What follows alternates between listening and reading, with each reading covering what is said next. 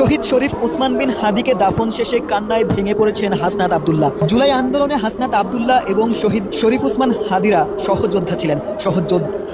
হাসনাত আব্দুল্লাহর প্রতি আজকে আমার ভালোবাসাটা গভীরভাবে বেড়ে গিয়েছেন। আসলে হাসনাত আব্দুল্লাহকে অনেকেই অনেক ধরনের অনেক কিছু বলে, বিভিন্নভাবে তাকে চিৎকারি করে। আচ্ছা, একটা কথা কি আপনারা জানেন যে হাসনাত আব্দুল্লাহরা জুলাই যে গণ আন্দোলন করেছিলেন, জুলাই যে তারা ঐক্য ছিলেন, তাদের জন্য কিন্তু আজকের বাংলাদেশ।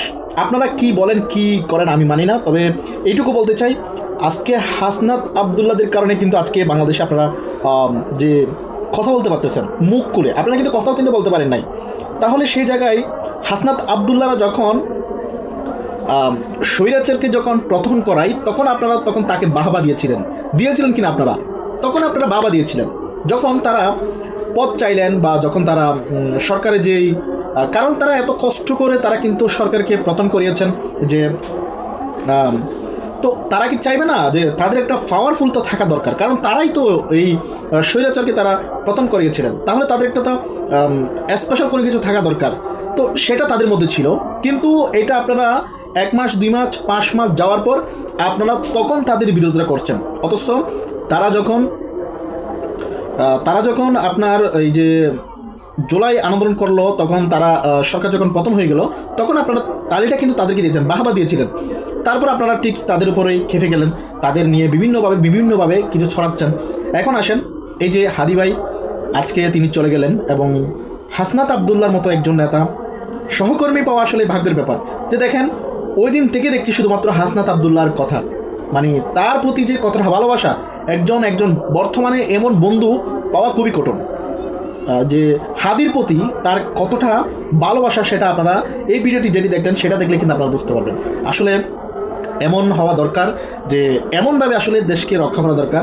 এমনভাবে যদি একতা যদি না থাকেন, তাহলে আরও হয়তো অনেকে কিন্তু মারা পড়বে, এবং তার মধ্যে হচ্ছে হাসনাত আব্দুল্লাহ টার্গেটে আছে, সেটা কিন্তু শুনেছি। তবে এই মুহূর্তে একটা কথাই বলবো, বা সরকারের কাছে একটাই আবেদন থাকবে, যারা টার্গেটের মধ্যে রয়েছেন এবং হাসনাত আব্দুল্লাহ সহ তাদেরকে সেফটি দেওয়া। এই মুহূর্তে তারাই কিন্তু এই জুলাইয়ের একজন সৈনিক, তাদেরকে আসলে সিকিউরিটি দেওয়া দরকার সরকারের এই মুহূর্তে, এইটুকুই বলতে চাই।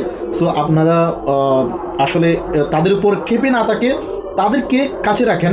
এই যে একজন চলে গেল, তার জন্য অনেক মায়া কান্না করছেন, তো তাই বলছি যে হাসনাত আব্দুল্লাহদের প্রতি আপনারা নজর রাখেন, তারকে সেফটি দেন, এবং তার উপর যে কোনো কিছু দোয়াশা দেখলে সেটা ইনফর্ম করেন, এবং সরকারের প্রতি এইটুকু আহ্বান থাকলো, তাদেরকে একটু সেফটি দেন আপনারা। এই যে এমন বন্ধু পাওয়া কিন্তু খুবই কঠিন, এবং এই যে তাদের মতো সাহসিকতা ছাত্র পাওয়া কিন্তু খুবই কঠিন।